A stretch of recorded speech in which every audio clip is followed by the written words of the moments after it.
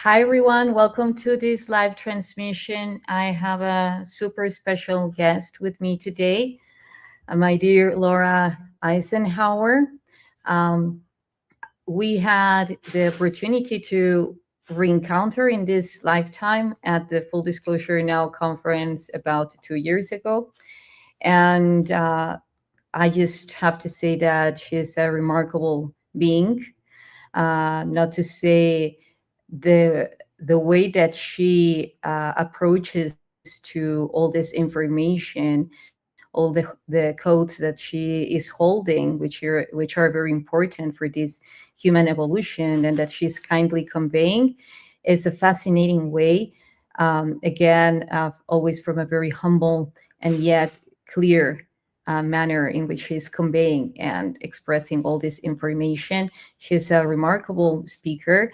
And well, before me saying anything else, I invite you to join us in this live transmission, and where we will be exploring the interstellar intelligence and DNA.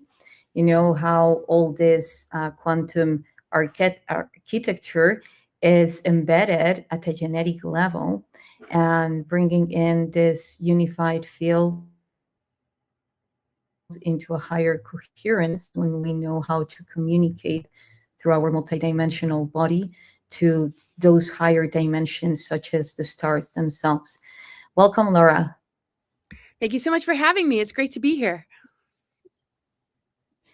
Well, so tell me, I know that it had been like 2025 was a very interesting year, to say the least, and very grateful for it as well, I must say. And yet now we were talking before going live about 2026, how we perceive it's going to be. So now connecting to all this disclosure movement that is taking place right now, what are your thoughts? What are your insights about what is coming up for us in 2026? Well, we were just chatting a little bit before we got on here, and immediately, I feel hit the nail on the head with just how much humans are pulling back. They're not giving their power away as much anymore. I mean, this is a very significant time where Saturn and Neptune are conjunct each other in Aries. And Neptune is all about boundary dissolution.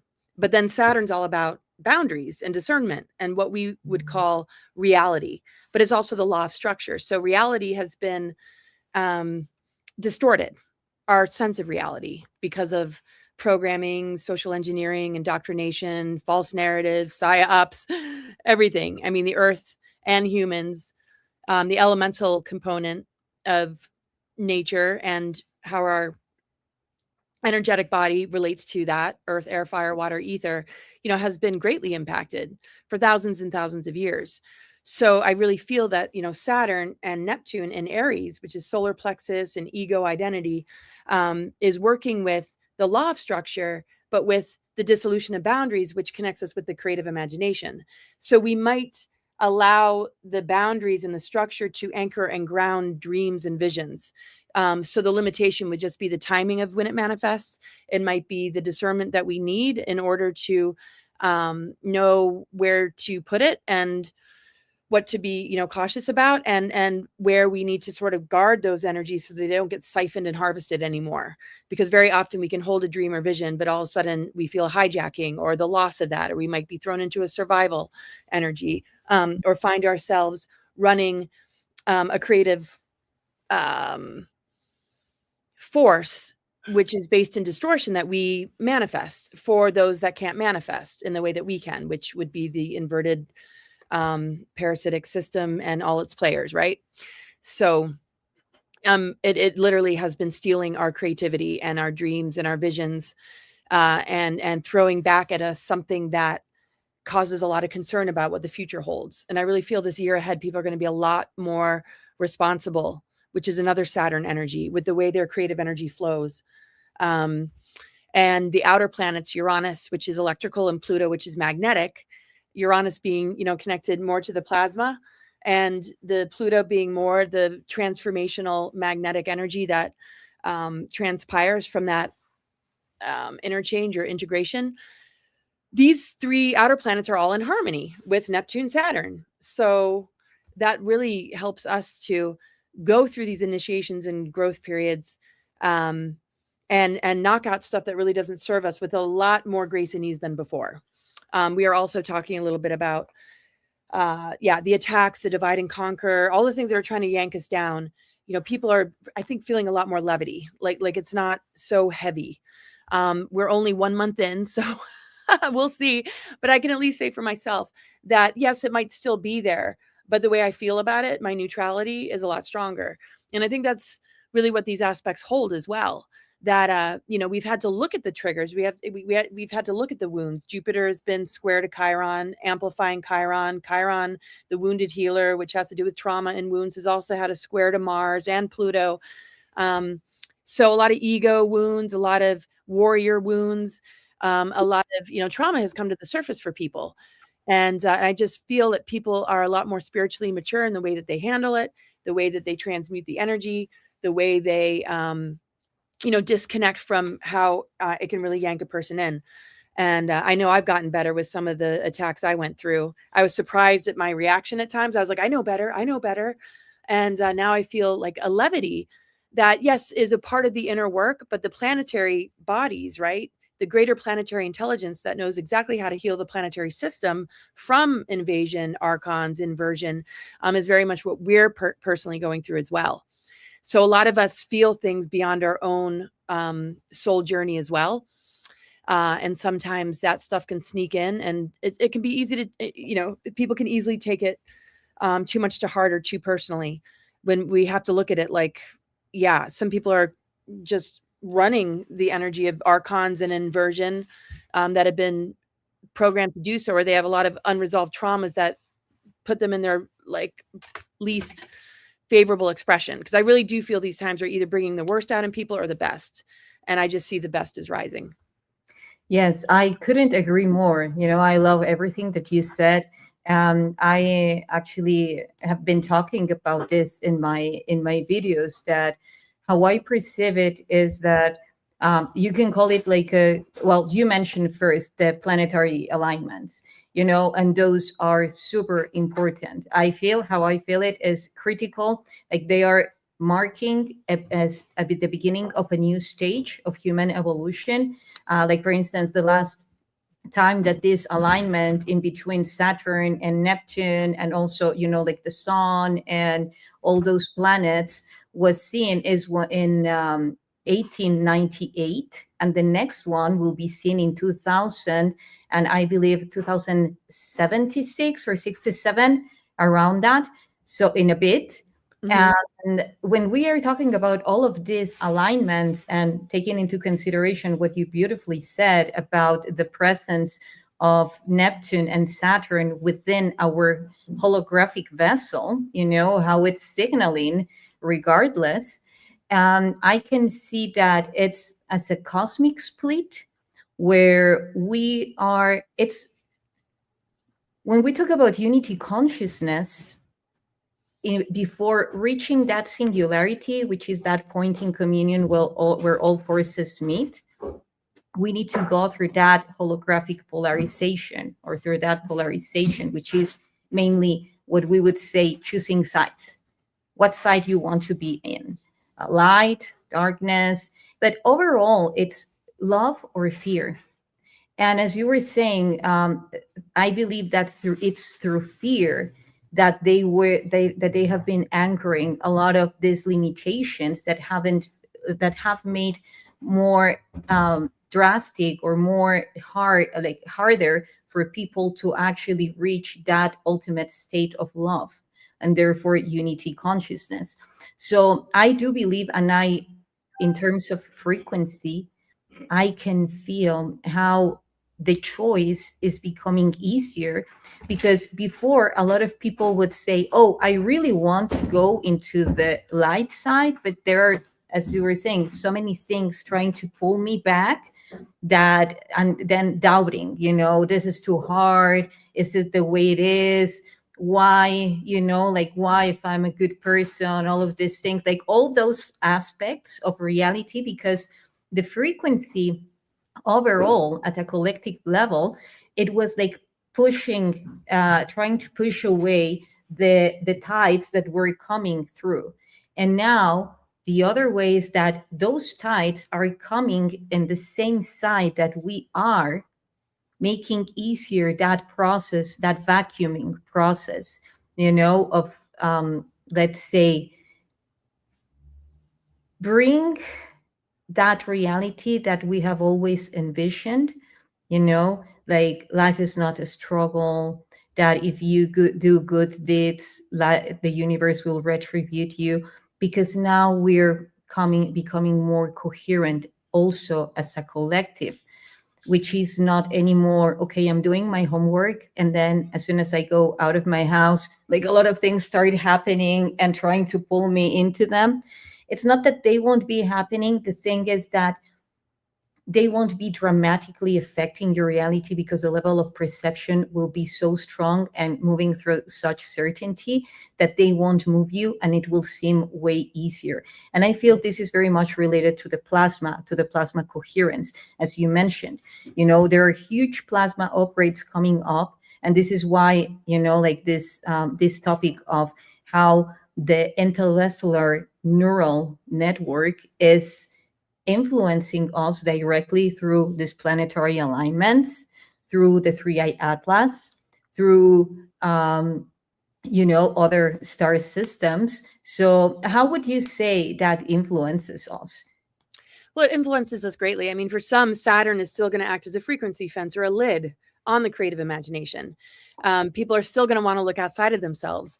They might look at this sort of awakening time and partially awake, but still want to be dependent on something outside of themselves. It really depends on if a person is ready. So the energies are available for those that are ready in a much more clear way. I mean, before we had Saturn square Neptune, we've had all sorts of outer planet squares. Uranus was squaring Pluto for a while. And even when we had Saturn, Jupiter, Pluto all in conjunction, that was 2019. And we all know what happened that year. It was really a powerful opportunity for a massive transformation. And a lot of people kind of got hooked in the psyop or hooked in the fear. So it really depends on a person. Fear can be a great breakthrough. It can alert you to solution and downloads and guidance, or it can trigger dependency, panic, disempowerment, and all sorts of things. So we don't all handle triggers the same way, for lack of a better word, or, a sensation that might come up. Because as we know, somebody could have the same amount of resources. Some might hoard it, some might share it, some might find a balance between both. It really, comes down to the person. But what's happening is the body is really, really communicating strongly. The South Node is in Virgo. The South Node represents what we're reflecting upon, what the foundation is, the past, but not necessarily in linear, but like as reflection, in order to move into Pisces and integrate the Piscean energy, which is ruled by Neptune. So it's really about the body, mind, spirit integration.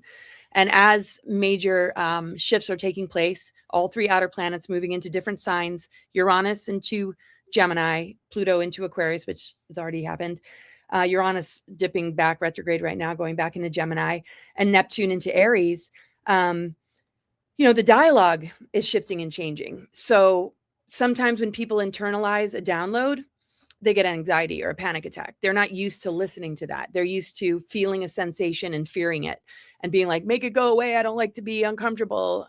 Or that's an anxiety disorder. Very often, it's not really truly anxiety. It's a trauma loop connected to being shut up, shut down, repressed, suppressed. Pluto transformations can be very stunted. People might not want to be here anymore. They might feel like, I just can't do this. The going into the darkness is very, very scary. There's gatekeepers, or there's imposters that want to stunt that completion, because transformation is such a powerful thing. There might be, voices of authority that, stop the process or judge it or label it. And Uranus, or Neptune, being the creative imagination. We have a lot of choice in front of us as far as what we're going to allow to move through our creative channels to give birth to. So the electric, magnetic, and dissolution of boundaries of Neptune, 3i Atlas, and, like you said, this configuration that doesn't happen often. Last time one being, quite some time ago in the 1800s, late 1800s, this is a real opportunity to, take charge. So the darkness, in the way that you're describing, is staying in the dark, not understanding the light, not planting seeds of light in the womb, in the darkness, in the soil. It's just being kept in the dark. It's being fearful. It's not completing the process. And our bodies require that process for circulation, for moving energy, for transmutation and alchemizing things, and also breaking down dark weaponry and dissolving its hold on us. But the strongest weapon is on the mind control. So we tend to look at these tools and toys and dark technologies and maybe fear them, but we have to understand that we collapse the control system. We collapse the dark technology when we override it by not falling prey to the psyops, the false flags, the social engineering programs, the divide and conquer. And as we keep collapsing it, it no longer has a hold anymore. And so it's so significant, because if Saturn becomes the container instead of the lid for the Neptune and the multidimensional and the creative imagination, this is really when the veil lifts. This is when we're ready for things like disclosure.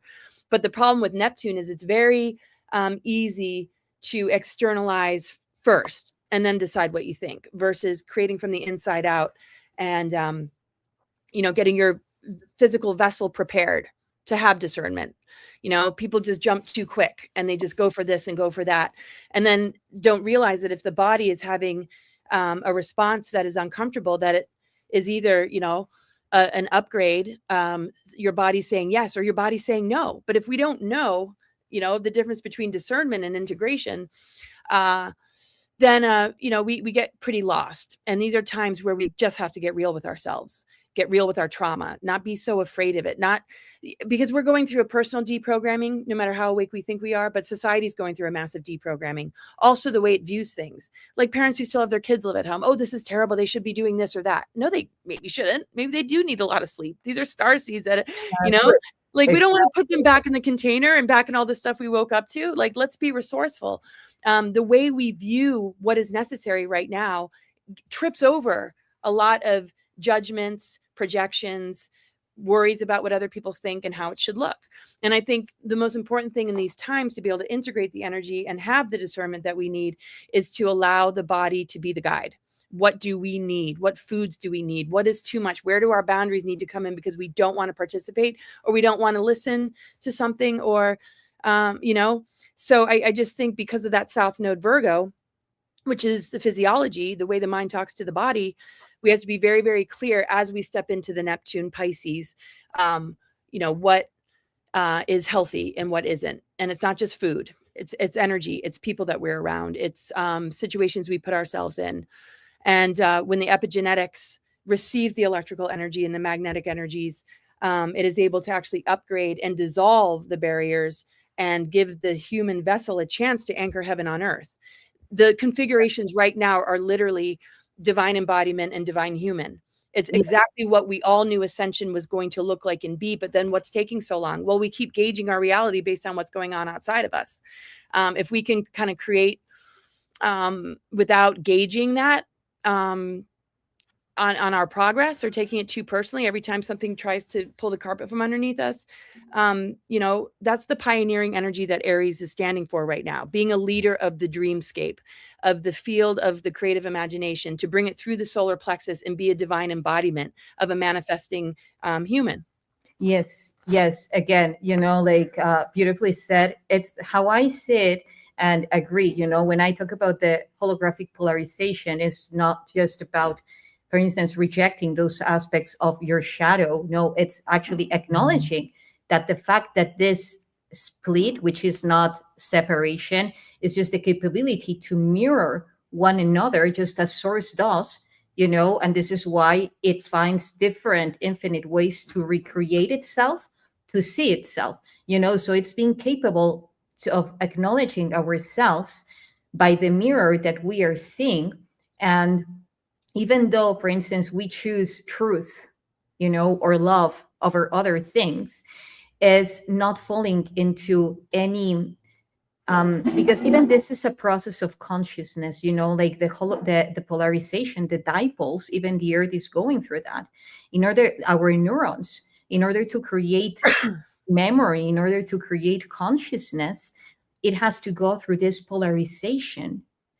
And even as, again, the earth is showing to us, the magnetic poles reversal. So if we, instead of, isolating ourselves from that reality and excluding us from our choice, our sovereign choice, then we will be pulled by the wave tide, instead of us unifying with the natural cosmic process in which the earth is going through, which is that polarization. And then in order to find ourselves at that singularity, and mainly is going to the next stage of human evolution, is like each one occupying their place mainly.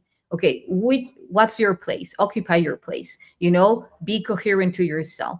And I think that, and then things will organically and harmonically start happening, because I believe and I feel that one of the highest traits that we have right now are all the plasma codes that are bringing coherence to our body. This is why it's making it easier for us to choose, easier for us to stay away or stay focused in what we want and choose to embody according to our divine soul mission. Because, for instance, we see the 3i atlas, how is it communicating with us? At a quantum level, it's through the plasma coherence. And the more that we focus in our water, you mentioned food, I agree, water, and everything is energy. The more that we are in storing or restoring the coherent bondings that link us to this reality, the more that coherence is going to start spreading as a network throughout this reality, and becoming that humanity that we choose to be, that we have again envisioned for so long. You were also talking about all these very interesting planetary alignments and the presence of all this solar system within. You also mentioned about the solar plexus. And I do believe that we are facing a critical stage in which we cannot isolate anymore ourselves from the cosmos, and how we are fractal to that solar system. So if we start acknowledging that Neptune is present within us, that Saturn is present within us, that Uranus, Pluto, Mars, Mercury, Venus, and so forth, then we will start to communicate with that other aspect, a higher octave of it, instead of connecting with the fourth dimensional version of Saturn, we can connect with the ninth dimensional form of consciousness of Exactly. Saturn. Yeah. What do you think about that? So well put. Yes. And I do presentations about like the inversions and the lower octaves of the planets that a lot of the, things that we see on the world stage through the news, through the entertainment industry, through the educational, medical, without the people that are operating within it, not all of them realize what they're doing, is keeping us in the lower vibration of it all. Saturn is authority, outer authority, what authority is telling you. But the highest octave of Saturn is self-mastery, being your own authority. And so it doesn't mean that those outer authorities don't have something to offer, but if they cut you off and it's all about what they say and not what you have to say, then this is a one-way street and doesn't make any sense. That's a form of mind control. Like if you don't have a creative voice, if you can't speak up when it's necessary, then it's all about the outer authority indoctrinating or trying to tell you what it is. So there just needs to be more of an exchange. So Saturn in its highest octave, more self-mastery, knowing to say no, speaking up, having boundaries, saying this feels right, this doesn't feel right. So every planet has its shadow. Neptune, self-undoing, addiction, feeling lost in an illusion, even haunted, right? Lower astral, entity attachments, losing a sense of reality, which is good because, Neptune can inform reality, inform physical matter, how to morph into a manifestation or a dream or a vision, right? But these lower octaves are very difficult. Like the 12th house, the house of Neptune rules prisons and hospitals, but it's also ashrams and sacred sites and plant medicine, right? So, choose your own adventure. Which vibrational level are you existing at? And are these planetary alignments helping you to know yourself more and get closer to yourself and your physical body and your consciousness and how it operates in that physical vessel? Or is it handed over to something else which you're at the mercy of? And that's why people are obsessed with the news, because they're still at the mercy of what is being told to them every day. Their mood is dependent on that. And of course, we don't hear enough good news. And then there's a lot of CGI, there's a lot of AI, and AI obviously, isn't terrible.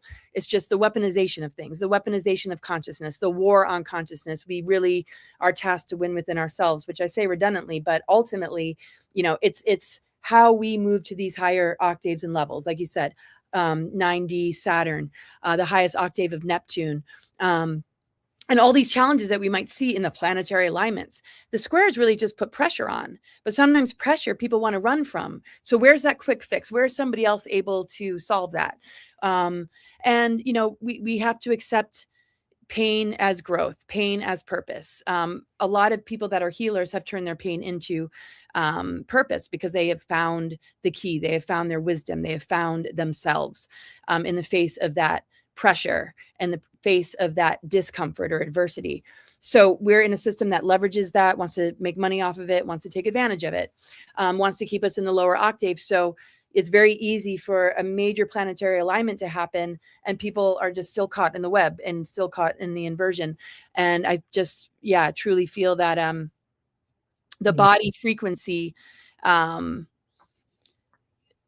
is ready. The consciousness and body relationship is ready to fully, anchor in, because the ramifications of moving in any other direction is that bifurcation. You realize this is getting more and more like heavy. This is getting more and more entangled, whereas this is getting more and more light. This is getting more and more liberated. But each requires, to look at, pain and discomfort. One choice might seem like the easy way out, but it's not. The other one might seem a little bit harder, but it's a reunion. It's coming home. It's actually being, fully accountable to the way you work with energy. And ultimately that leads to sovereignty and liberation. So like you were saying, it's like the light that is able to stand in the dark and know thyself and not be played around with by darker forces, because false light is just as dark, than, darkness that is unconscious or just empty and just filled with, forces that are, yanking on you, and where it's plugged into the system, where that vampiric siphoning energy will pull you in order to always remain dependent. And that's the thing. To me, it's like a divorce. And I know I say this a lot. If you cut the cords and you end in agreement with a relationship with something that is sustaining your self-worth, but now you recognize the red flags and it's all trickery and it's all deception, you're going to want to choose your self-worth. That's why we break up with relationships that aren't good for us anymore. We move through different changes in life, letting go of things and embracing the new. So that's what ascension is the willingness to cut the cords with something that we know isn't good for us, to stand strong in what we truly deserve, what our birthright is, which is true love with creation and that authentic relationship that communicates in a way that sustains our health and well-being in the long term. Yes, like there were so many things coming through while listening to you. So, okay, presence for me right now is a huge stage of getting to the next octave of our connection with our own perception and presence. By means of this is the more that we misconceive the way that our multidimensional body functions, in other words, okay, yes, I'm right here right now, and I'm also spread in an infinite field of probabilities, spatiotemporal constants, doing this, doing that, done, resolving this. Okay, so am I grounded? If I'm not grounded, that's where hijacking and all those things happen, because at some point spirituality sold us the idea, not spirituality itself, but specific, like trends of a spirit trying to enclose spirituality. So it was like, okay, so I want to escape this reality in a way that I am rejecting my humanity. Okay, so then that's how they would get you. Besides all the very fine confinement that they wove into a very precise harvesting control system, but with presence, when you are present, when you are truly embodying, and perceiving reality different. For instance, you were talking about pain. You are a mother. You're a mother. I am as well a mother. What about the labor? The labor pain. Like going through that process of bringing another life through your stargate, through your womb. You can actually reach high levels of oxytocin, which is having this arousal while you are having the most excruciating pain. You can be experiencing at the same time high levels of oxytocin, which is somehow close to the dopamine and so forth, because we have that power. How? Through our perception and focus. And this is a lot that was delivered through ancient civilizations. Focus.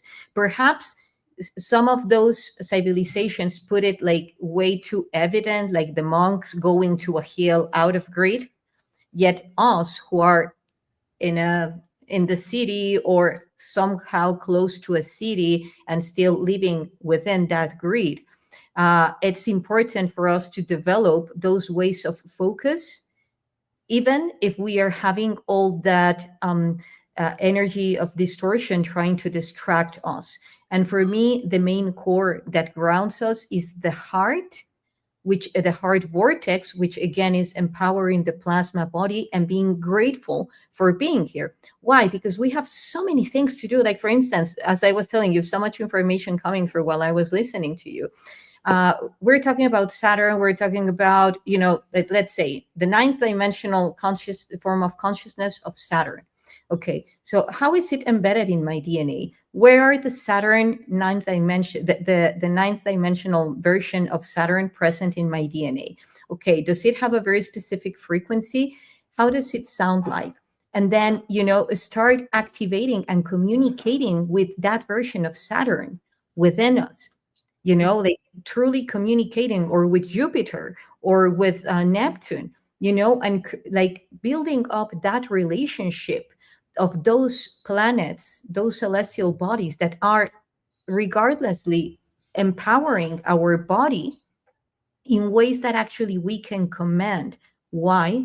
Because it's our sovereign choice, and again, it has to do with that power of upgrading our non-local capabilities, multidimensionality, yet from a grounded aspect, which is not anymore losing ourselves into alternate realities, yet bringing those alternate realities right here, right now, to see how they can benefit me. Because if I am remembering them, it's because they are meant to serve my evolution in a way that only as I experience it, heart can bring me the key. And I wanted to ask you because what do you think about the true north? One of the big messages that I have received is the importance of restoring our heart to the true north.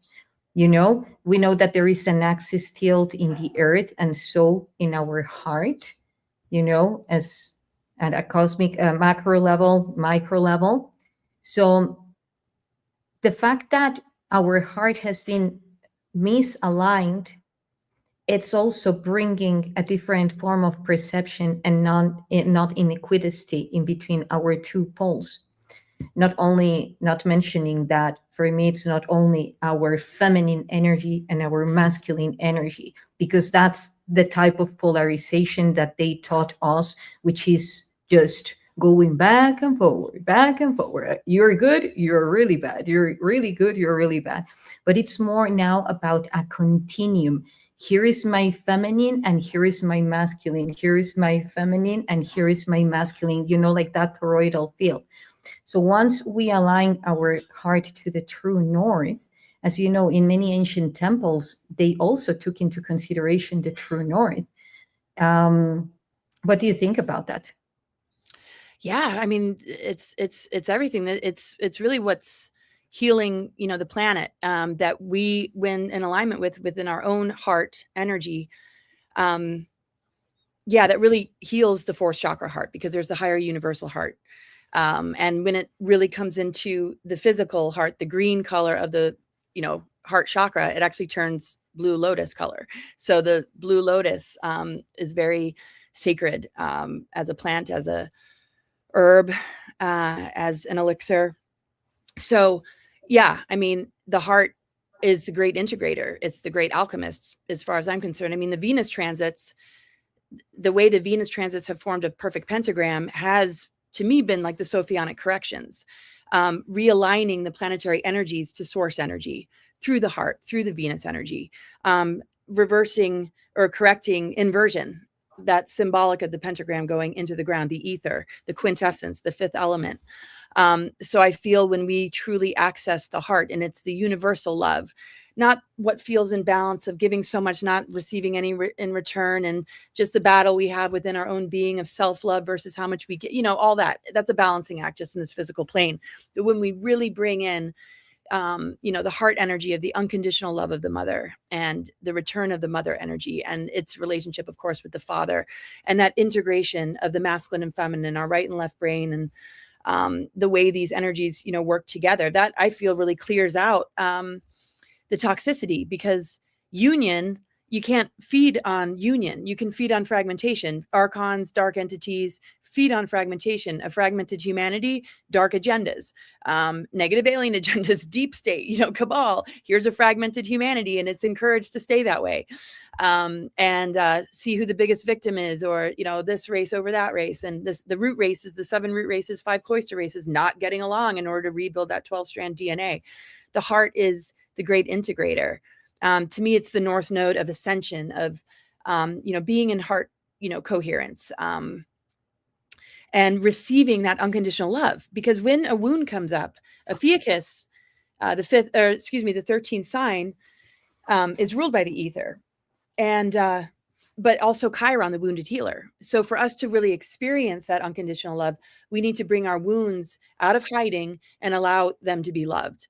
And that's the most important thing, because we've been taught to judge it. We've been taught to hide it like it's not there, or medicate it, or run from it with drugs, alcohol, whatever, and not give it the love that it deserves. And I feel God, Goddess is intervening through us in the love we give to each other. Doesn't mean we don't have boundaries. Doesn't mean it's to create further imbalance in terms of those that aren't ready yet, and that can't be on that level of mutual respect and unity consciousness. You know, there's some people that might step into the temple and vandalize and make a big mess out of it. So, but it's that unconditional love that I feel those that are really on the path of ascension are holding for the rest of humanity. It's not hierarchy. It's not better than. It's arrived somewhere that is allowing the divine blueprint, our true inheritance, to blossom. And it's so much the heart, because it's a love story. It's the Christos Sophia. It's the Shiva Shakti. It's, and you being so well versed in the trips that you take and the embodiment that you hold, that you work with so beautifully. You generate that, you activate that in others. And what that does is it gives people more permission to be themselves. And it's not so much about the red pilling and information anymore. It's a transmission. Exactly. A divine embodied being, creates this energy field. And as we know, the heart is magnetic, and it is the most expansive part of who we are and how it stretches. And I feel that the toroidal field connected to the planet is representative of this. But we have to understand that the Anunnaki overlays and the duality, the patriarchy, and all of this is to wound the heart, is to damage the heart. There's heart disease, there's cancers, right? Cancer is the fourth house, it's the mother. All these, epidemics or health crises, and just the normalization of this as being part of the human condition can be greatly alchemized and healed and returned to center through the acknowledgement of the pre-fall conditions of the divine blueprint of the Christos Sophia and how that relates to the original architecture and planetary grids. So when we embody that, we literally collapse the inverted reversal grid network. And that is what ascension to me is all about. The Anunnaki, and I'm not saying any names or that it's all Anunnaki, yeah. But when we look at what's taken place and what's encouraged, people are internalizing trauma and a broken heart, the loss of the connection to true divine parents, and how that has been passed down to us is something to embrace within ourselves, to have that dialogue, to have that nurturing, to have that healing, to feel that safety and security. It has been completely taken away and replaced with these systems that leverage our amnesia and our vulnerabilities, of running unconscious wounds and traumas that are just labeled disease.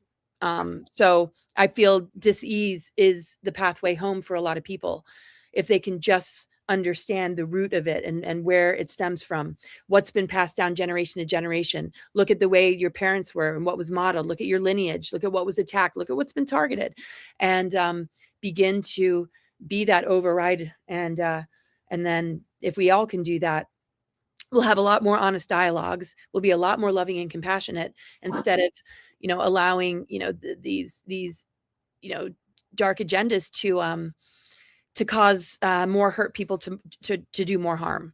Because most of these crime shows and most of the criminal activity that we see is either a person not in possession of themselves that is operating on behalf of an agenda, voice to skull or some sort of altar, or it's a person that is so heavily traumatized that they just want to hurt other people out of revenge. So hopefully, and I see it already as you do as well, and the projects and the people we know that are out there and that we don't know that we'll meet one day, are popping up healing centers everywhere. The holistic approach is getting stronger and stronger. And the thing with Saturn, it's on a societal level. It's not just going to be some alternative thing. I see this becoming more and more mainstream, and that we're going to get closer, every day. And as we see things in the news that might make us worried about the chip or this and that, we're collapsing all of it. Doesn't mean it won't present itself. And that's what we were talking about in the beginning. The attacks might come, the false news might come, the trajectory of what looks like a new world order or another fake psyops might come. But is humanity ready to not engage with it to the point of being sustained and harvested, to bring life to that? That's all they require from us, is that we give life to what they present. Because when we give life to it, then we're consenting and we've asked for it, really. Yes, exactly. It's like when you were talking about, I see ourselves coming physically together, like all these communities, like manifested physically, and us coming together again physically. That will strengthen the field and the level of evolution that we are imprinting at every second will be so immense that, of course, this is imminent and untouchable, because we're creating such a coherent field, like a huge plasma sphere, that will redirect any other energy trying to come at us, and also at an individual level. This is why I was talking about the heart-centered.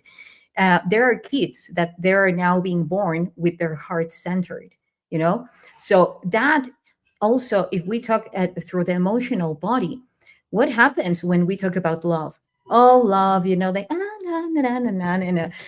but love is also, like very straight, clear to, like, straight to the point. That is when it's actually balanced and aligned harmonically, with both sides, what we could say, our feminine and our masculine, our yes and our no, which is very much connected to the Saturn ninth form of consciousness that you were talking about. It's not all about yes, yes, yes, yes, yes, which is what we have been consenting to unconsciously or consciously by this leverage that we had from our heart, because it was all about, okay, if I'm good, if I'm a good being, then I'm supposed to say yes to everyone and, like be very graceful. There is a different way of accomplishing it. And I do believe that that comes to bringing back it to the true north, which actually, even if we see what the true north is, I know that, without going into the galactic beings that inhabit right now very specific constellations, yet if we go before, like way before the wars, the galactic wars and so forth, I'm talking about a founder stage, we will see that, for instance, that true north, and related to perhaps Thuban, in the constellation of Draco, they call it the guardian, the even at some point related to the all-seeing eye, so this is, for me, when we go beyond what is happening right now, as are you still there, Laura? Because I think your image, okay, your image froze. But anyway, the eye, even the way that we see it embedded in all these ancient alien artifacts that are popping up, like emerging into the surface, they have the eye everywhere. So for me, it's more than about a galactic group, it's about the cosmic order. Then things happened, as here, talking about also on behalf of the true nature of humankind, which for me is love, like it's a white canvas. You can write whatever you want on that white canvas. So if you see people that is acting in a very specific way, as you were mentioning, perhaps we can ask, what did that person experience? Because in the beginning, I believe that that person was primarily, coming from the space of the heart, made a choice, chose a side, and then here we are, But when we connect with the essence of everything, to that cosmic order, then we're capable to align to the true north. Also, you were mentioning about, the Anunnaki and so forth. The way that all this reality has unraveled, and again, through all these technologies like the 3i Atlas and the spectral spheres, like the Buga sphere, and the orbs that are now popping up into the surface, they are doing a huge calling to the collective, so that we tune into those dormant codes that are within us and that reconnect us to the true nature of our DNA. 12-stranded DNA, you mentioned Ophiuchus and the 13. I would love to know how you feel about this, because this is something that I have been chewing for a while, and is when we take into consideration the sidereal astrology, which brings Ophiuchus into the wheel, into the zodiac wheel, then we see that all zodiac signs, most of them, change, in a range of days, including what in this case is throughout the month of March. Instead of being Pisces and Aries, you have Pisces mainly. And then this is one of the messages that I have received. When we talk about Pisces and we see the eye, the fish everywhere, it's not only about Jesus or Yeshua, or it's about the beginning, the first ones will be the last ones, and the last ones will be the first ones. For me, it's talking about when the two fishes come together, which is having related areas as being as the first month of the year. Well, if we take into consideration, the zodiac wheel, and now acknowledging that it's Pisces. So Pisces was the last one, and Pisces will be the first one because it's throughout the month of March. You know, its presence, its alignment to the solar ecliptic. What do you think about that? Yeah, I haven't really, I wouldn't really know what to say. I'm just like fascinated. Yes, it makes a lot of sense. Yeah, absolutely. And when you think about, you know, Saturn and Neptune being in Aries, I mean, I just feel like it's lifting the veil between the ego self, which has been very compartmentalized in humans, and, you know, the creative, that, you know, when we look at dream time or lucid dreaming, you know, we are really going to start to lucid dream a lot more.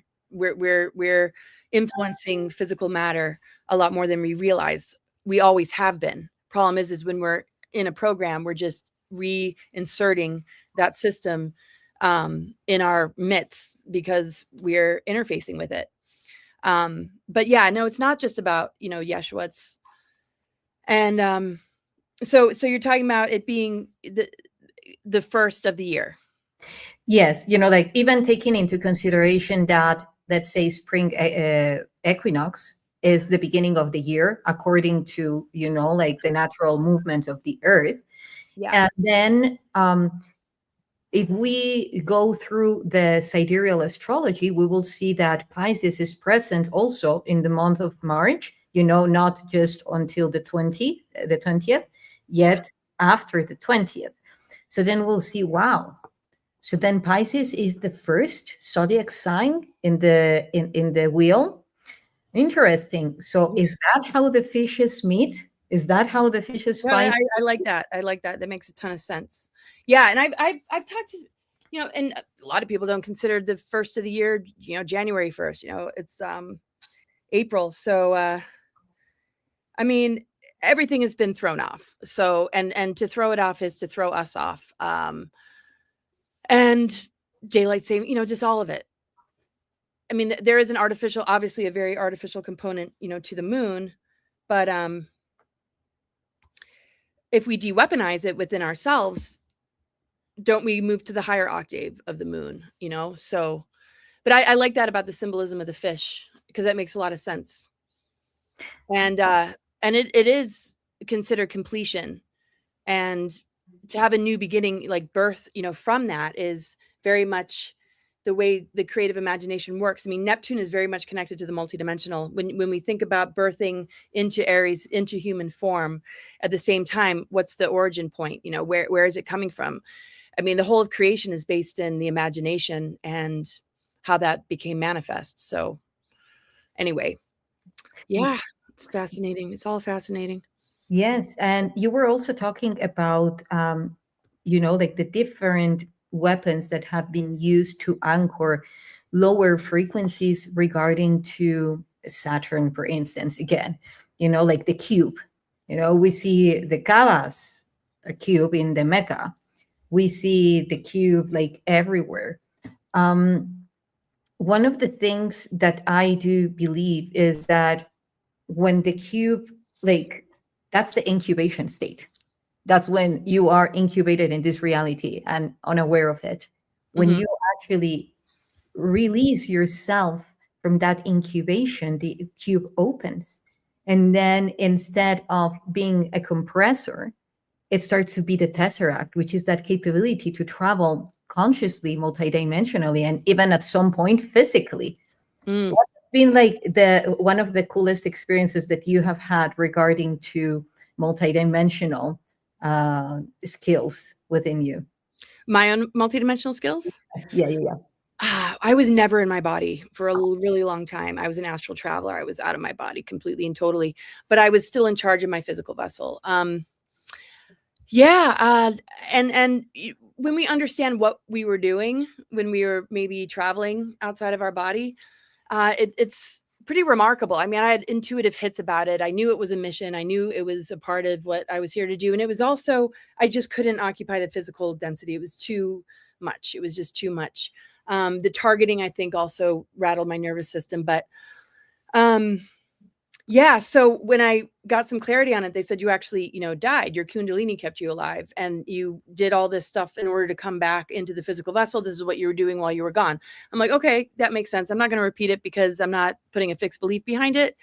I could say, though, if I were to locate an ability that's been told to me again and again, is clearing inorganic entities from like wormholes and walking underworlds in order to collapse inversion and to go directly into the architecture of the mothers of darkness and the inversions connected to the dark mother reversal grid and walk through underworlds. And part of the multidimensional had to do with that. So, and I think we all do that, right? It's not just, check out my ability. We all do that to a certain degree when we're able to kind of strip ourselves of nothing, have something kind of taken from us in order to still find ourselves. We're not overly identifying with a label or something in the physical realm. We're finding more, strength and sovereignty within our own being. But at the same time, it works to, collapse, the system and the thrones of, mothers of darkness, the thrones that they hold.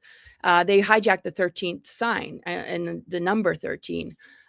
So yeah, I've had a very multidimensional mission, which is very, very hard to articulate. I explained a little bit in my book, but yeah, it's now I'm just recovering from it. I'm sorry to interrupt. What's the title of your book so that people can get it if they want? It's called Awakening the Truth Frequency. And if we look at, just the path of Venus, the journey of Venus, I've always identified with that. Inanna and the Magdalene energy, going into underworlds, going into, these gateways, I think is something we all do to reclaim that divine blueprint, and that different archetypes we might, feel an affinity towards that are a part of the creation story that we're a part of. And so regardless of what I've been told or what people have said to me as far as feedback, I tend to not really repeat it because it sounds like what, but I do know that I've done a lot of energy work, and it has to do with also the earth grid. So there's a lot of grid workers. You're obviously like a very, very very skilled grid worker. And I think we all just covered different territory. We're born at a time where the planetary alignments, when we come in, are a part of the stage of healing that the planetary system is working under. And we come in and we work with the, patternings, the ancestral patterns, the traumas of our past lives, and just whatever. And I think the best gift that I have is having the curiosity and desire to really know myself, and what it is I'm doing to bring more awareness to it instead of being victimized by it, disoriented by it, or overwhelmed, I guess. So seeking that kind of clarity, I think, is important for all of us. We are all doing extraordinary things without realizing it. There are people that I work with all the time that I look at their chart and get to know them. I'm just like, wow, I help them to, gain more clarity. And I just really feel the minute we land, we're starting to do, that work. And the difference between an awakened soul and one that isn't awake is the unconscious consent versus being aware of where your energy is going. And so since I was little, I just made it, a point that if I'm, if I can feel this targeting on me, that I will not succumb to it. And so in order to escape the clutches of that targeting, it kind of involved losing myself and being reborn. It would keep them from being able to like have a hold on me. And I also feel, it's a part of the transformation journey in order to help clear a lot of distortion from the planetary system that has so much trauma in its nervous system. That part of going into the underworld is to collapse it, transmute it, weep, cry, find an outlet for rage. And when I understood, it wasn't just mine, it was for bigger picture reasons, then it started to make more sense, because I'm like, there's just no way I'm just carrying me, because I was always feeling into the bigger picture of it all. And people that, have outer planets connected to their personal planets tend to operate in that way. Even if people don't have them next to personal planets, they're still operating in that way. It just might take them a little bit more time to understand how their consciousness connects to it, and the things that are trying to distract a person away from it, because there is no hierarchy. There's different functions, there's different missions, there's different agreements, but it all is achieving the same goal, and every single mission counts. So yeah. You know, it's like the moment that we fell for an idea that reality is sort of static because I'm sitting and I'm not aware of how all my molecules are moving at a cosmic rate and so forth, then we think that we see a pyramid. Okay, then let's do a pyramidal structure diagram, you know? It's not that, you know, the point is sucking itself into from above to the bottom and then creating a toroidal field. So when we leave the motion out of the equation, then we're not aware of how our dynamic truly functions, you know, in order to be sustainable. This is why now a circular table makes more sense, or a rounded table. A rounded table makes more sense because then we say, oh, okay, so we are just in motion, bringing different components to the whole architecture, and then it works, you know, without those lacks that were, of course, planted and then harvested through through the amnesia itself, because you don't remember your everything, you know. But for me, the huge difference that allows us to see in connection to the cube, whether if you stay incubated or you become that Christ consciousness, you know, that rainbow body, because even the rainbow body has the flower. If you take a scan on the rainbow body, the plasma body, it has the shape of a lotus flower spinning, you know. So now if we fall for victimism, then the egg cracks, the eggshell cracks from the outside.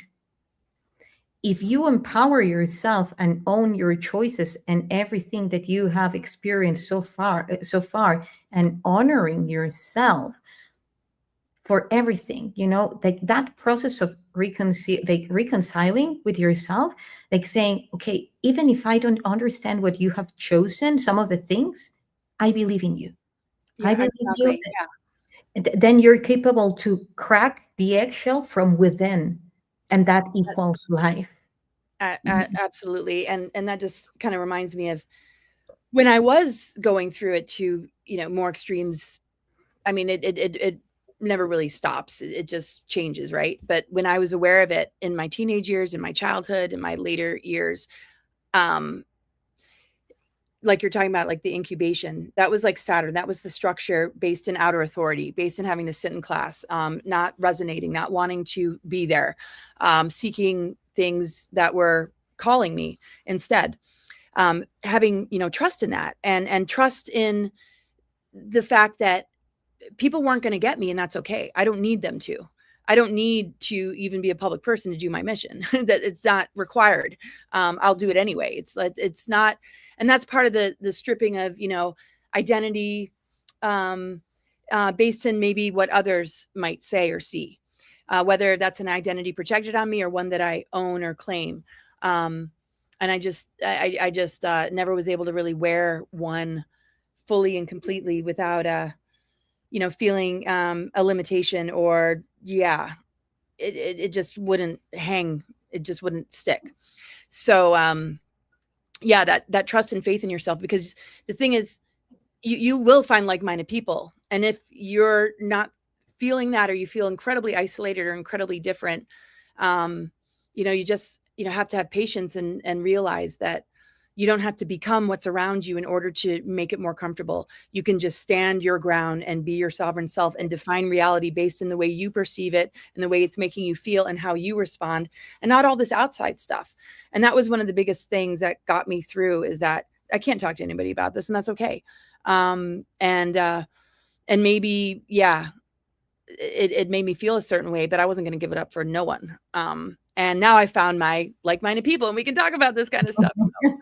And I just always had this, you know, kind of whisper in my ear, or just this knowingness that you will find, others that are doing similar work. And it's not to say that the people around me weren't doing similar work, but some are so cut off from it and so immersed in the system, in the punishment and reward system, and just trying to be rewarded and not punished, that they might not actually notice what their energy body is doing. And that to me is what awakening is more awareness of how much we impact our environment, and how much, the more aware we are of our soul longing and the greater depths that we hold, the more we stand strong in that.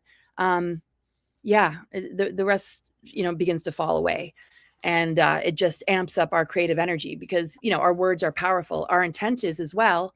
Our energy signature is still going to be there. But if our choices aren't in alignment, and there's a contradiction, and there is, you're living a double life that isn't in harmony, with your greater integrity, just for the sake of a paycheck, that's what humanity is definitely looking at. And not to misunderstand these gifted children and just medicate them or label them. And so I think I was the generation where, and there are many generations, probably even worse today, where the necessity for more understanding of that is critical for the health and well-being of those children that are growing into adults. Because the kind of problems that can stem from internalization of your gifts and abilities, is detrimental to health and society and our progression. Yes. You were talking about the nervous system, and tuning into it as an interstellar network, just at a mesoscale, at a biological scale. I think that big part of why the nervous system collapses easily, even though it shouldn't, is because the frequency that they have been imprinting to the holographic body, like 440 hertz, it is triggering the survival mode, So you are expanding yourself, rendering yourself in this reality and trying to do your best. And all these frequencies keep coming.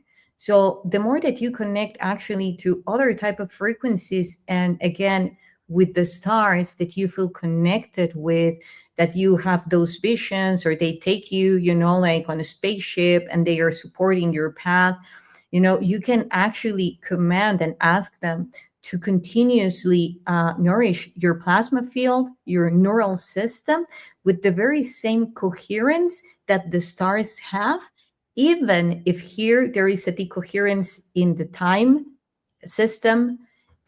You can just, go beyond the time dilation and bring this huge field of coherence and say, okay, here I am.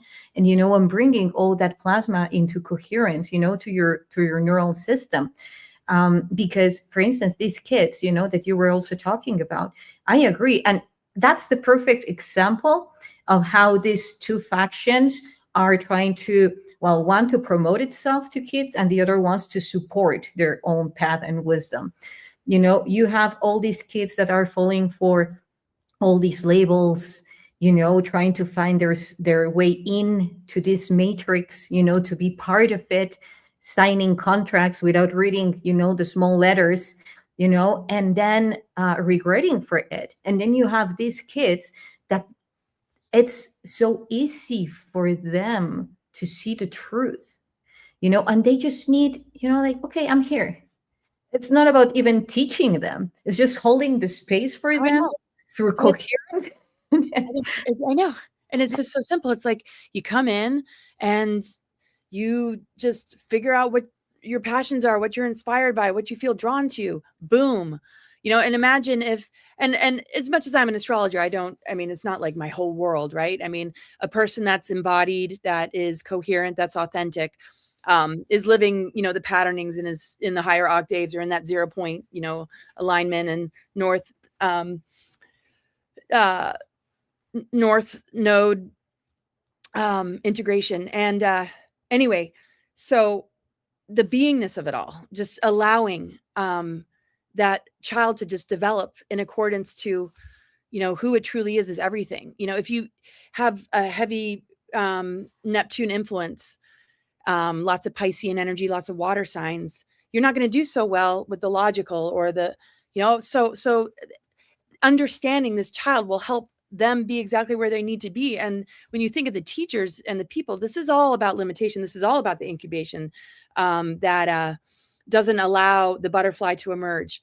It's literally forming kind of a cage around it and trying to, guide it and push it to perform. And if you don't, you fail.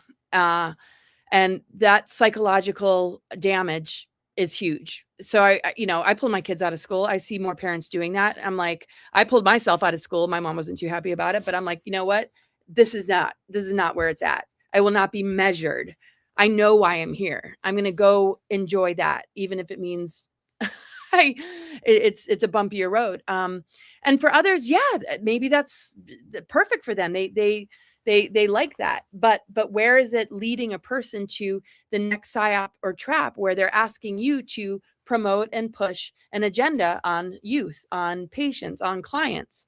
And where are you thinking so much in terms of that input versus your own intuition and clarity? And where does that take a person at the end of the day? And that's where I feel the bifurcation is really happening, because yes, that system is dying. There's going to be a lot of casualties because they're in a sinking ship along with it. But so many are rerouting, and it's never too late. I feel like the power of our consciousness, our higher mind, our hearts, all the planetary alignments that are happening, when we stand in alignment with that, because we're standing in alignment with our internal authenticity and finding balance in our life, there's no bioweapon and dark technology that we can't dismantle and override and dissolve. And that's the thing with like the rings of Saturn too. Even astronomers have noticed that the rings are dissolving. The whole Saturn moon matrix thing is shifting and changing. So Saturn used to be a sun. And now, it's divine authority. And we're going to be building systems and a new society based in the principles of cosmic and natural law and divine embodiment, not indoctrinated Saturn products of an inverted system that Saturn becomes the enslaver. So yes.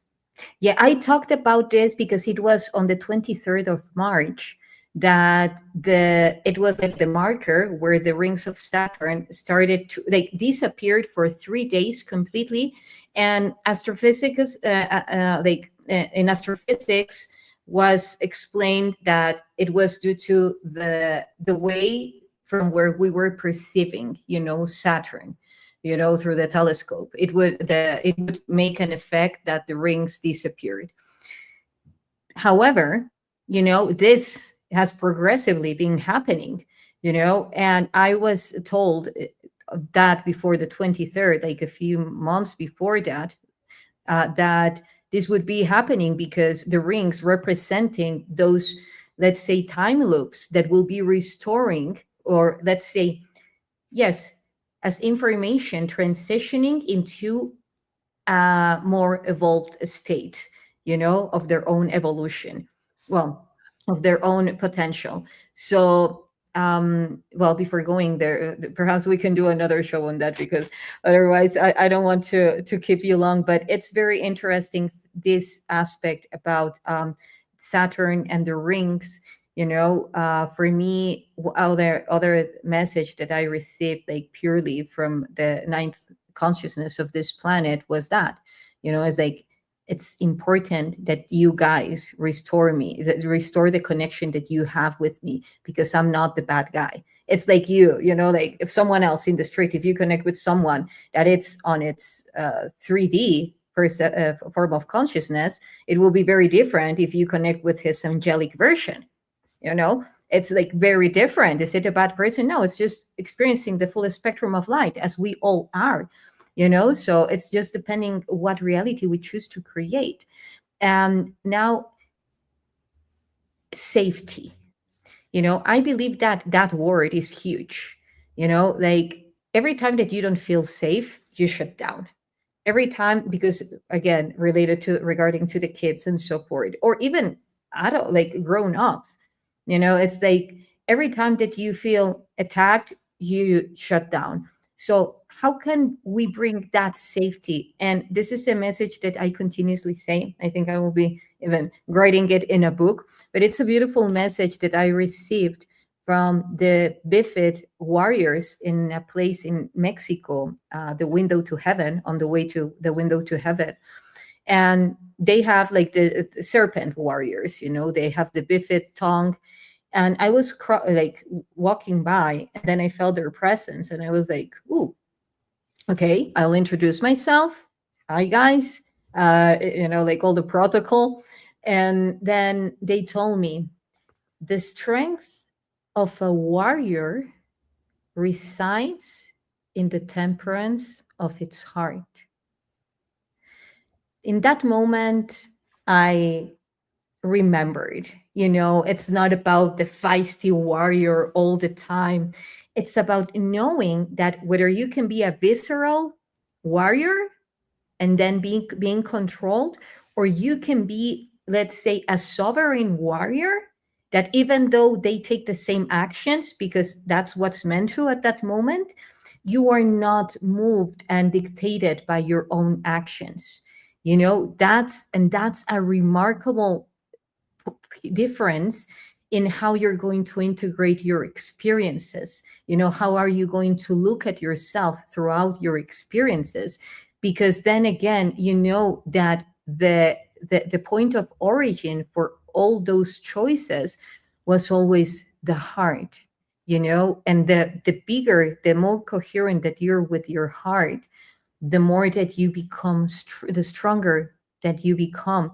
And seriously, sometimes we are getting so good at it that perhaps things happen, and then how many people saying, oh yeah, you know, like they told me, you know, yeah, be love and be this and look, you know. But then again, it's like, what's love? What's the heart vortex? And it's that balance, that equidistant harmony in between everything that you are: acceptance, bliss, receptivity, emission. You know, it's mainly, just to summarize it for me, I would love, well, you have already mentioned something about it, but for me, that where we are heading to is acknowledging that everything that we need resides within. The simpler that we acknowledge and embody it, the lesser that they can touch us. Because when we are bringing coherence into our reality and our field, again, things might happen, but yet the perception in which we will be embracing them will make it a continuous, joyful ride, and not a fearful one, you know? Totally. Yep. Yeah. I mean, the fear is just, I mean, that's Neptune is existent. All these planetary energies exist. They're connected to our organs. If we look at every sign has an elemental connected to it. The nucleic acids of our DNA are elemental: earth, air, fire, water, ether. So Jupiter, ruler of Sagittarius, fire, you know, can, you know, be very passionate or fiery or angry. You know, every emotion or reaction has an impact on our body. When anger is aligned with something, sometimes the anger is because of love. When anger is just to be angry because you just don't like somebody, that's a lower energy, right? If it's the fire of your heart energy that, you know, feels injustice, feels for the children, you know, cares about animals, wants to see the world shift for the better. You know, anger can be aroused when you see injustice. But if you're just angry because you hate people, it's a very toxic energy. The body responds. The body gets sick. The body does not like lower energies. You know, depression that doesn't have a solution or doesn't have self-awareness can get really murky. The water element gets very, you know, toxic in the body. Because you're spinning in the belief system about yourself and about life. You're not answering to your soul longing and following the input it's giving you from your intuition. Not to say that people don't try or might not have, you know, they might have a chemistry imbalance or something going on there. But, you know, it's just amazing, you know, how all that, you know, works, and how impactful it is. But let me go back to what you first asked. Can you say that again? Well, now that you another question came through, because we were talking about safety, and know, like even when you are, there can be a huge war around you. I've been there, like when all the pandemic thing and so forth, and the place where I was at, touchless, like untouched. Yeah. So that happens. That happens when you. Yeah, go ahead. Go ahead. Okay. Sorry, I kind of went off on a tangent there. So, okay, so many times I've been in really unsafe places. I know all of us have, right? Yes. I was one time stuck on the streets of in a downtown city, and surrounded by drugs and people in tents. Somebody had stolen my phone and my credit card, and I was stuck. Right. And it was really, really quite scary. And so I was kind of wandering around the area. I had no idea where I was heading, what I was going to do. And I befriended, this woman who was pregnant. She was living in a tent on the streets, and her boyfriend was coming and going, bringing food and like purchasing stuff and like trying to take care of everybody. And I was stuck. And this happened a lot when I lived down the road. My perspective, my perception, if I went into fear mode, I could just see the energy get really like coming at me in a really negative way. When I held fear, it's, and animals pick up on this. All of a sudden, I felt like I'm easy prey for whatever. Yes. And my survival energy was overwhelming me, and I couldn't think clearly. And I just kind of meditated, and I found my center. And I just decided, to do tarot readings for people. And like, I hung out with the women. I hung out with this pregnant woman, and we spent like 2 days together, and I was stuck. My husband had to call search party. Nobody knew where I was. I couldn't call anyone. And finally, day 2, her and I had become friends, and I was hanging out with her children. She said, well, I have to tell you something. It was my husband that stole your credit card and phone, and they gave it back to me. Oh, wow. Yeah. And I just realized, I was in the now. I was in my love. I was loving the situation. I'm like, I don't need to judge this or define this. And I certainly am not judging anybody around me. In fact, my heart bleeds for them. And I'm like, and I'm here for a reason. So I'm just gonna, and and then a person, gave me a ride. I was able to get a plane ticket, and then I gave him my credit card and I let him withdraw a couple $100. And I said, thank you very much. And they gave me a hug. Yeah. I'm like, well, if you're going to give me my credit card back, I'll leave, a nice, whatever I had in there. And I'll just never forget it. And so many times in my life, just being, I don't know, like, especially a young teenager, like going to rock shows or just like taking buses and trains places, by myself and being somewhat vulnerable. And I'm not suggesting anybody do this but my perspective had everything to do with my protection and the way that energy played out. Yeah. Not to say that I haven't manifested all sorts of like unfortunate things, or that, you can feel safe when you're in danger and it'll just go away. But at least it made a monumental amount of difference to what I was interacting with and the way energy flowed.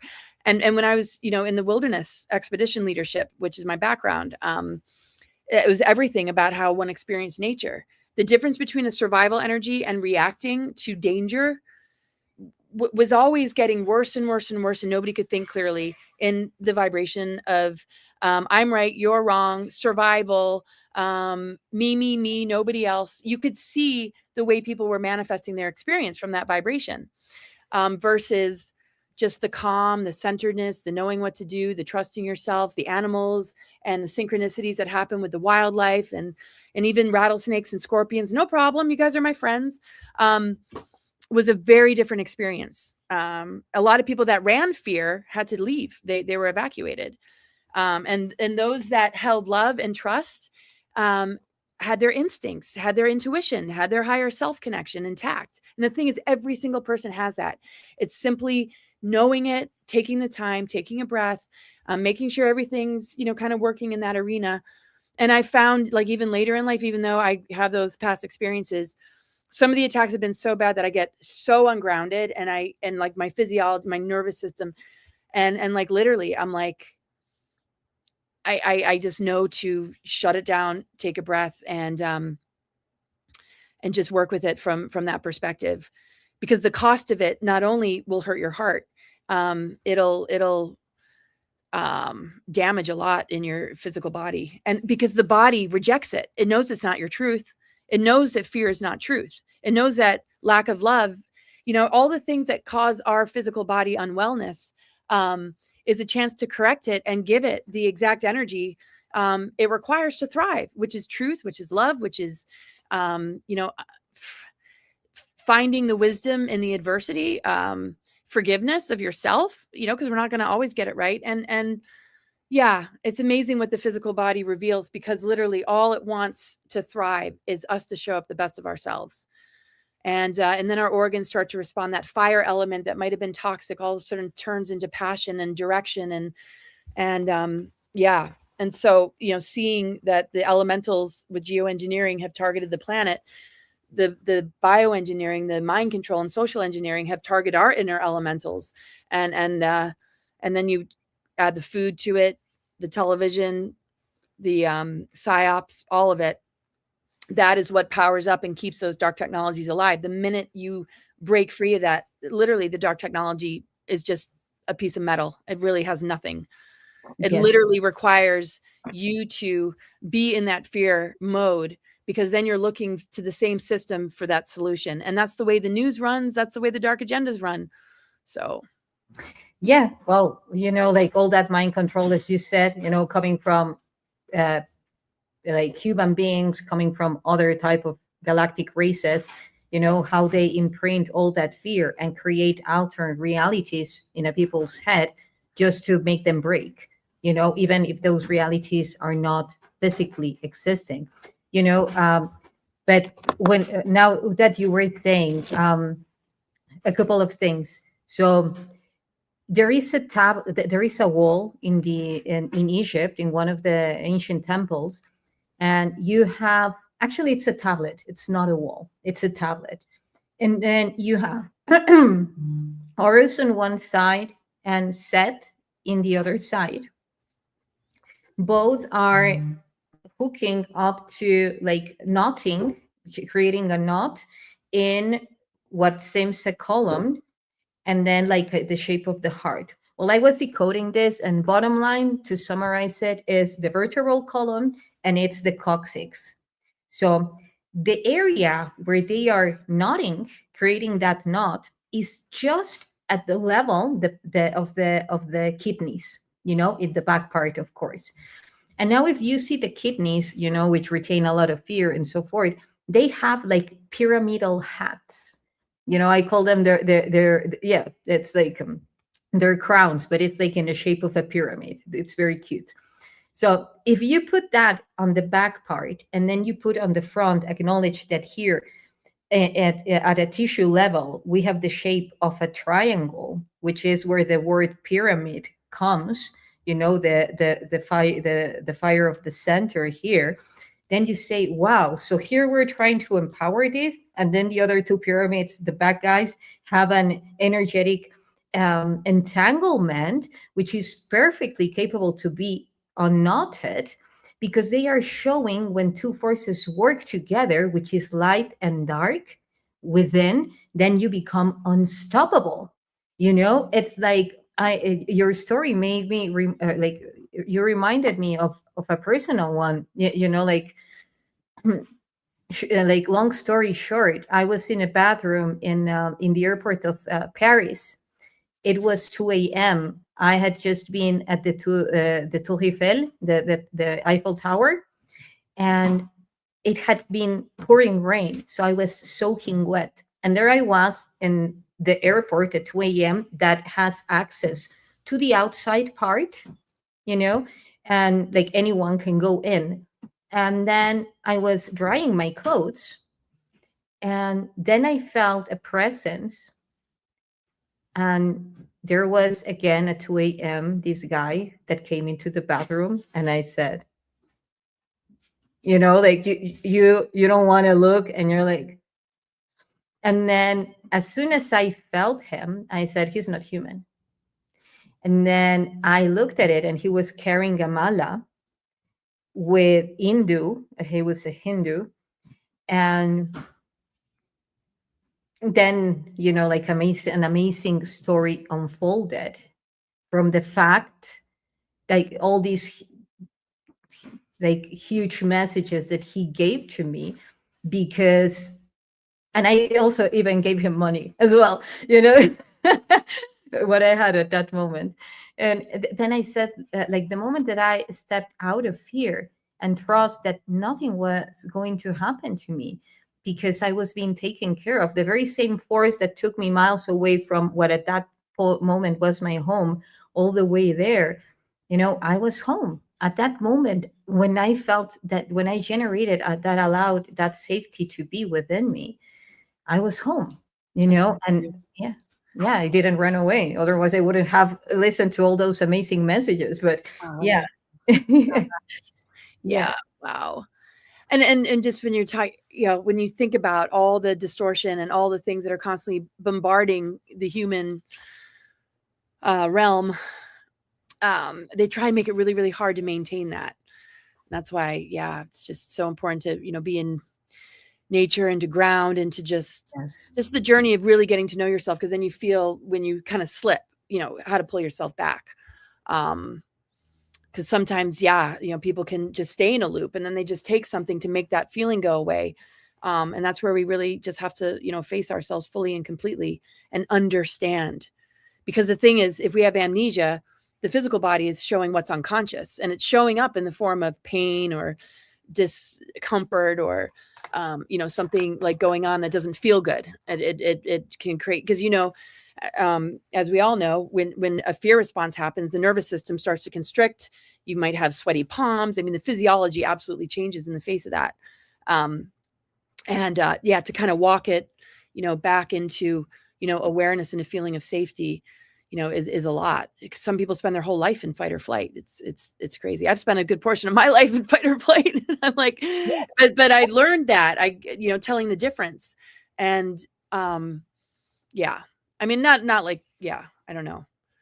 I yeah. still No, work on it to this day. I still have to, I get you, but yet now it's different. And I'm not coming from, and I know that you're not as well, coming from a space of, oh, yeah, from now everything will be so perfect and open your arms to receive the new millennium, like whatever. It's like more about becoming very responsible of our power and allowing ourselves to receive and enjoy from our fruits, the blossoms of the seeds that we have planted. Because at some point we could have forgotten about what was that, or not, because we're constantly being rewarded. And I'm very grateful for that. But now I'm talking about a massive scale, like being able to trust that everything that you have done so far to create a new reality is here. The frequencies are helping us around the earth, that all the celestial bodies that are influencing the earth's field, it's working. The artifacts, the very same evolutive process of the earth. um, you know just, I always encourage people to drink a better quality of water, because the upgrades that are happening now in the molecular structure of our water regarding to plasma, it's a wave, that it can lift us, because again, we are 80% water, and it's easier to keep coherence, emotional coherence, as the water itself.